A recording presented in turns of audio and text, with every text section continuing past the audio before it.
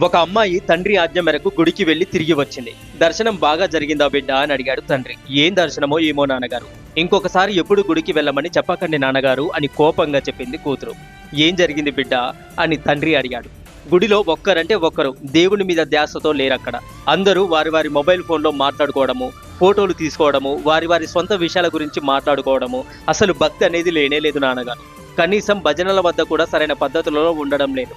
ఎవరిలోనూ నాకు భక్తి భావన అనేది కనిపించలేదు నాన్నగారు అన్నది కూతురు. తండ్రి కాసేపు ఆలోచించి, సరే బిడ్డ, నీవు తుది నిర్ణయం తీసుకునే ముందు నాదొక చిన్న కోరిక తల్లి, చేస్తావా అని అడిగాడు తండ్రి. తప్పకుండా నాన్నగారు, మీ మాట ఎప్పుడూ కాదనలేదు కదా, చెప్పండి ఏం చేయాలో అంది కూతురు.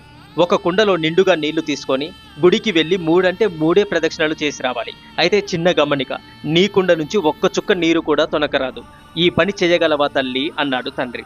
ఓ అలాగే నాన్నగారు, తప్పకుండా చేస్తాను మీకోసం అని కుండలో నిండుగా